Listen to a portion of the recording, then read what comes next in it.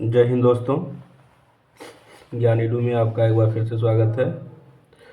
हम लोग आधुनिक भारत का इतिहास पढ़ रहे थे। इसमें हम लोगों ने द्वितीय टॉपिक मुगल साम्राज्य का पतन शुरू किया था, जिसमें हम लोगों ने बहादुर शाह फर्स्ट, जहांदार शाह और फर्रुखसियर को देख लिया था। आज हम उससे आगे देखते हैं। फर्रुखसियर के बाद एक शासक बना, जब आप लोगों को हमने बताया था कि सैयद बंधु के बारे में। सैयद बंधु को किंग मेकर कहा जाता था, क्योंकि पहले जब उसने फर्रुखसियर को राजा बनाया जहांदार शाह की हत्या करके, ठीक है, तो फिर उसने क्या किया कि फिर फर्रुखसियर को भी उसने मार दिया। उसी ने, सैयद बंधु ने ही फर्रुखसियर की भी हत्या कर दी। फर्रुखसियर की हत्या करने के बाद उसने रफ़ी उद दरजात को राजा बनाया, और इसका टाइम पीरियड था फरवरी 1719 से लेकर के ये जून 1719 तक ही राजा रहा था। सबसे कम समय तक अगर मुग़ल साम्राज्य में अगर देखा जाए तो सबसे कम समय तक अगर कोई राजा के पद पर रहा तो वो था रफ़ी उद दरजात, ठीक है। मात्र 5-6 मंथ ही रहा होगा, फरवरी से आप जून देख ही सकते हैं। और इसकी जो मृत्यु हुई थी क्षय रोग से मरने वाला शासक था ये, मतलब इसको टीबी हो गया था, ठीक है। फिर सैयद बंधु दोनों भाई थे, अब्दुल्ला खां और हुसैन खां। अब्दुल्ला खां और हुसैन अली खां जो दोनों थे, उसने क्या किया फिर, रफ़ी उल दरजात तो मर ही गया टीबी से, फिर उसने रफ़ी उल दौला को बनाया। रफ़ी उल दौला जो 1719 से जून से लेकर सितंबर 1719 तक बना। इसका भी टाइम पीरियड कोई खास नहीं रहा, क्योंकि ये भी आया और फिर ये जो था पेचिस रोग से मर गया। पेचिस रोग से मरा था रफ़ी उल दौला, और आपका क्षय रोग से मरने वाला था रफ़ी उल दरजात। देखिए, क्षय रोग से मरा था रफ़ी उल दरजात, और पेचिस रोग से मरा था रफ़ी उल दौला। और रफ़ी उल दौला का जो उपाधि था शाह आलम द्वितीय के नाम से जाना जाता है। शाह आलम जो था वो मुग़ल बादशाह के आपके जहांगीर के वो पुत्र थे। जहांगीर के पुत्र थे कौन? देखिए, शाह आलम है ना, शहंशाह जो थे, शाहजहाँ जो थे वो शाहजहाँ जो थे जहांगीर के पुत्र थे। तो रफ़ी उल दौला का क्या उपाधि था? ये शाहजहाँ द्वितीय का उपाधि लिया था। फिर ये इसकी भी मृत्यु पेचिस रोग से हो गई। फिर अब उसने क्या किया, सैयद बंधु ने, अब्दुल्ला खां और हुसैन अली खां ने, इसने मोहम्मद शाह को राजा बनाया। मोहम्मद शाह 1719 से लेकर 1748 तक था। मोहम्मद शाह को रंगीला बादशाह कहा जाता था, क्योंकि मोहम्मद शाह जो था अपने शासन काल में प्रजा की समस्या को सुनना, इस सब से दूर था वो, और हमेशा मस्ती के मूड में रहता था। शराब पीना, नृत्य देखना, जुआ खेलना, यही सब उसका काम था, इसलिए उसको रंगीला बादशाह कहा जाता था। लेकिन अगर उसका मूल नाम देखा जाए तो उसका मूल नाम जो था, वो वास्तविक नाम था, वो रोशन अख्तर था, ठीक।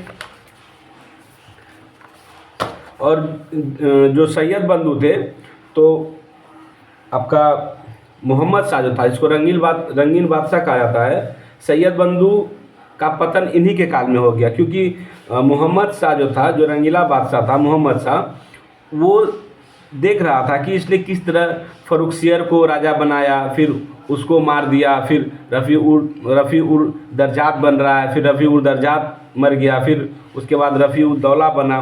तो इसको पहले से ही डर था, किसको?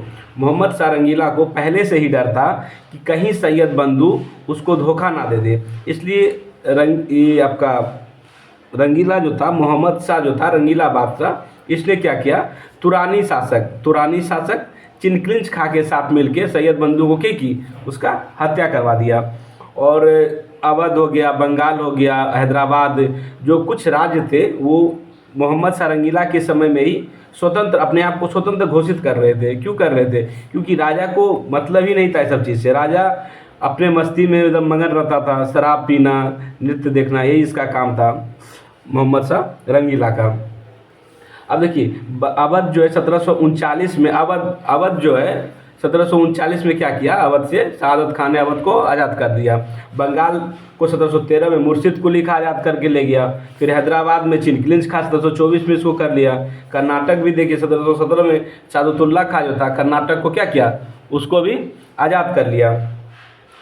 और मोहम्मद शाह रंगीला के शासनकाल में नादिर शाह ईरान का नेपोलियन कहा जाता था इसको, ये नादिर शाह को ईरान का नेपोलियन कहा जाता है। और नादिर शाह ने ही सैयद आपका मोहम्मद शाह रंगीला के शासनकाल में आक्रमण किया। मोहम्मद शाह रंगीला को बताया गया कि नादिर शाह का आक्रमण हो रहा है, तो इसने कुछ ध्यान ही नहीं दिया एकदम। अपने आपको जैसे बताया अभी कि अपने ये नृत्य में, शराब में मस्त रहता था। जब वो पंजाब तक नादिर शाह का आक्रमण, जब वो पंजाब में प्रवेश कर गया, तब महाराज का शराब से नींद फटा इनका, बोला अरे आ गया यहाँ तो चलो युद्ध करने।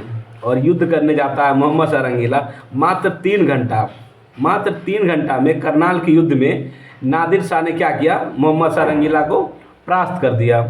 तो सबसे छोटा युद्ध, अगर कभी क्वेश्चन पूछा जाए कि सबसे छोटा युद्ध, तो करनाल का युद्ध हुआ था नादिर शाह और मोहम्मद शाह यानी कि रंगीला बादशाह के आपस में, करनाल का युद्ध 3 घंटा में। और यहाँ से इसका क्या हुआ, पतन हो गया।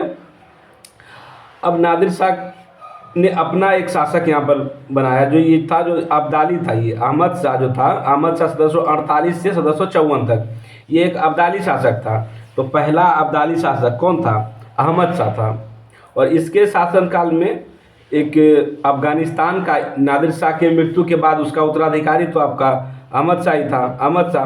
तो ये जो था अफ़गानिस्तान, अहमद शाह अब्दाली जो था अफ़गानिस्तान का था ये। और अहमद शाह के समय जो बादशाह अहमद शाह के समय अब्दाली जो था, अहमद शाह अब्दाली, उसने 5 बार आक्रमण किया।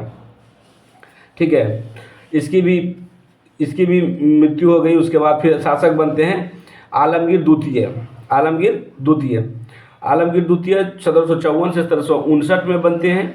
और प्लासी का जो युद्ध हुआ था, प्लासी का युद्ध 23 जून 1757 में प्लासी का युद्ध हुआ था। ठीक है, ये प्लासी का युद्ध जो हुआ था, ये प्लासी का युद्ध बंगाल में हुआ था। हाँ, बंगाल में ये युद्ध हुआ था। तो और किसके किसके बीच हुआ था, तो ब्रिटिश कंपनी, एक तरफ ब्रिटिश कंपनी थी और एक तरफ आपका था बंगाल का नवाब सिराजुद्दौला। जिसमें कि आपको हम जब बंगाल पढ़ाएंगे तो बंगाल में हम आपको बहुत अच्छे से बताएंगे कि प्लासी के युद्ध में किस प्रकार से सिराजुद्दौला को उन्हीं के सेनाओं ने, उन्हीं के मंत्रियों ने किस प्रकार धोखा दिया, और बाद में फिर उनकी मृत्यु भी हो जाती है सिराजुद्दौला की। तो शाह आलम द्वितीय के समय में एक युद्ध याद रखिए कि प्लासी का युद्ध जो हुआ था शाह आलम द्वितीय के शासनकाल में हुआ था, बस इतना ही याद रखना है आपको यहाँ पे। ठीक है, फिर शाहजहाँ तृतीय 1759 से 1760 तक, ये शाहजहाँ तृतीय जो था पटना में ही अपने आप को क्या किया, ये नहीं दोस्तों, ये नहीं होगा यहाँ पे। ठीक है, शाहजहाँ तृतीय जो था 1759 से 1760 तक, इसके समय में क्या हुआ कि शाहजहाँ एक पटना में एक आपके जो आलमगीर द्वितीय का जो पुत्र था अली गौहर जो था आलमगीर द्वितीय 1754 से 59 तक, इसका पुत्र कौन था, अली गौहर था। और ये पटना में था उस समय। तो क्या हुआ कि इसके आलमगीर द्वितीय की मृत्यु हो गई 1759 में मृत्यु हो गई। तो उसके मृत्यु के बाद क्या हुआ कि आपका जो अली गौहर था उसने क्या किया कि पटना में ही अपने आप को शासक घोषित किया, तो क्वेश्चन पूछता है कि पटना में अपने आप को राजा घोषित करने वाला कौन था, तो आपका एक याद रखिएगा शाह आलम द्वितीय था। और उसी के समय में आपका काम्बक्स जो था उसका पौत्र मुही अल मुल्लत को दिल्ली में शाह आलम तृतीय के नाम से शासक घोषित हुआ। मतलब एक ही समय में दो राजा घोषित हो रहे हैं। देखिए 1759 से 60 और 1759 से 1806। हालांकि उसके बाद क्या हुआ कि आपका जो अली गौहर था शाह आलम द्वितीय अली गौहर ने क्या किया कि मराठों के सहयोग से ये दिल्ली में प्रवेश किया 12 वर्ष के बाद। राजा बना उसके 12 वर्ष के बाद ये दिल्ली में प्रवेश कर पाया था। कौन? शाह आलम द्वितीय। शाह आलम द्वितीय जो था वो वास्तविक नाम उसका क्या था? अली गौहर था, और पटना में अपने आप को राजा घोषित किया था। कौन किया था? शाह आलम द्वितीय।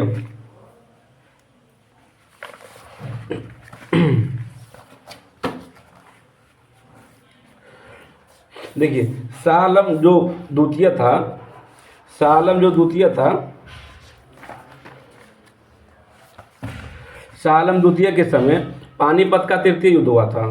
पानीपत का ऐसे टोटल 3 युद्ध होगा, ठीक है। एक युद्ध तो हम आपको बताए थे, पानीपत का पहला युद्ध जो हुआ था वो बाबर ने युद्ध लड़ा था, और युद्ध लड़के बाबर क्या किया था? मुगल साम्राज्य की स्थापना किया था, पहला युद्ध।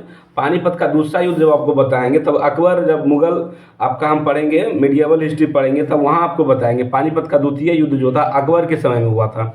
और पानीपत का तृतीय युद्ध होगा अभी आपका हुआ शाह आलम द्वितीय के समय में, और अहमद शाह अब्दाली एवं मराठों के बीच हुआ था ये, ठीक है। एक युद्ध हुआ था बक्सर का युद्ध। ये बक्सर का युद्ध जो था ये हुआ था आपका 22 अक्टूबर 1764 को।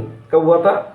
22 अक्टूबर 1764 को। और बक्सर के युद्ध में क्या हुआ था कि एक तरफ आपका ब्रिटिश शासक, ब्रिटिश कंपनी, और दूसरी तरफ जो था वो मुगल बादशाह शाह आलम द्वितीय। तो हम इसको ऐसे भी बोल सकते हैं कि बक्सर का युद्ध में एक तरफ जो ब्रिटिश कंपनी थी और दूसरी तरफ त्रिकूट संधि था।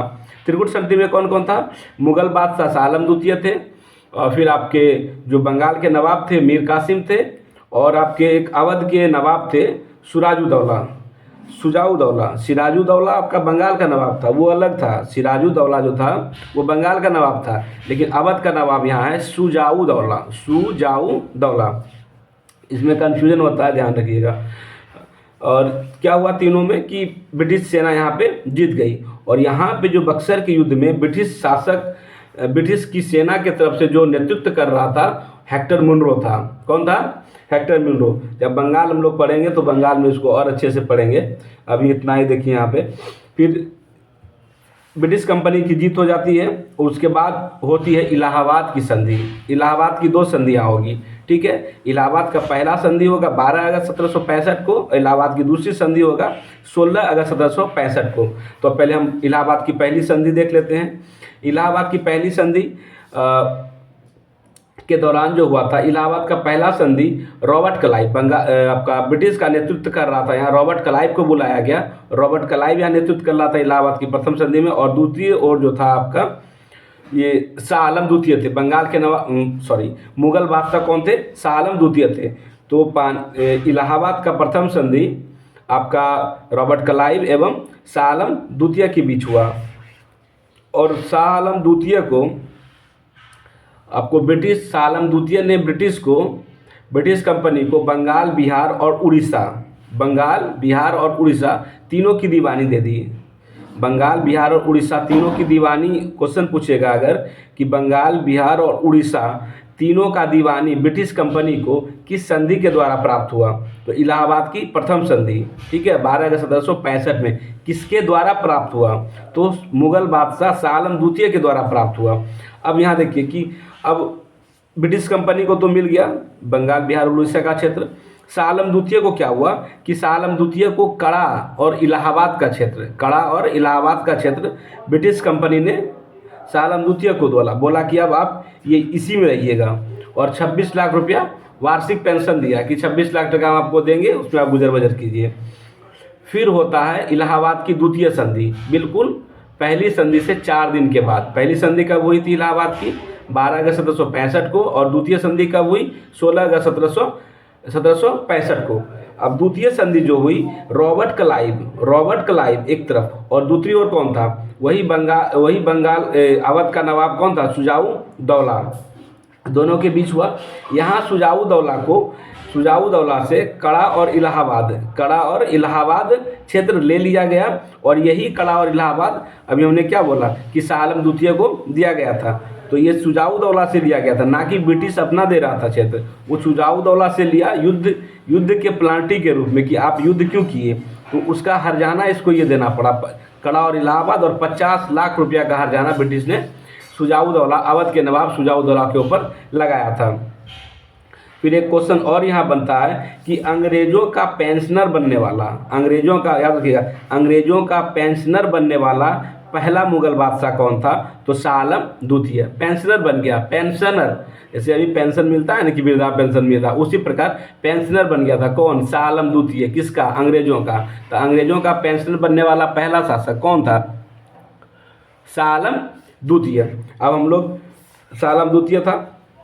अब हम लोग आएंगे, इसकी भी मृत्यु, अब आएगा अकबर द्वितीय। अकबर द्वितीय कब से कब तक? 1806 से 1860 तक। देखिए, अंग्रेजों का संरक्षण में एक क्वेश्चन और यहाँ बनेगा, अंग्रेजों का प्रथम पेंशनर कौन था? शाह आलम द्वितीय था। लेकिन अगर क्वेश्चन